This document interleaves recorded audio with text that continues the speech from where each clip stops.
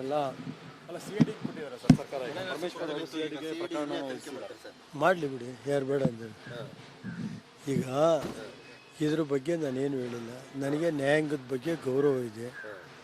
ಈಗ ಏನು ನಡೀತಾ ಇದೆ ರಾಜ್ಯದಲ್ಲಿ ಗೊತ್ತಿದೆ. ಅದ್ರ ಬಗ್ಗೆ ನಾನು ಏನೂ ರಿಯಾಕ್ಟ್ ಮಾಡಲ್ಲ.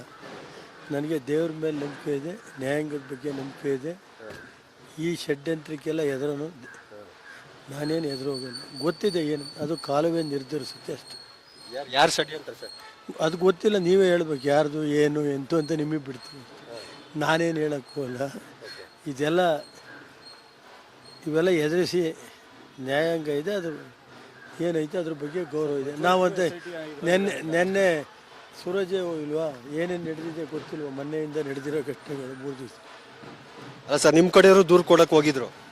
ಅದು ನನಗೆ ಗೊತ್ತಿಲ್ಲಪ್ಪ, ಅದೇನಂತ ಟೈಮ್ ಬರುತ್ತೆ, ಕಾಲ ಬಂದಾಗ ಎಲ್ಲ ಹೇಳ್ತೀನಿ. ಸೂರಜ್ ರೇವಣ್ಣ ಸಹಾಯಕ ಶಿವು ಅನ್ನೋರು ದೂರು ಕೊಟ್ಟಕ್ಕೆ ಹೋಗಿದ್ರಂತ ಹೊಳೆ ನರಸೀಪುರಕ್ಕೆ. ಅದೇನು ಗೊತ್ತಿಲ್ಲ ಸರ್, ಕಾಲ ಬಂದಾಗ ಎಲ್ಲ ಹೇಳ್ತೀನಿ.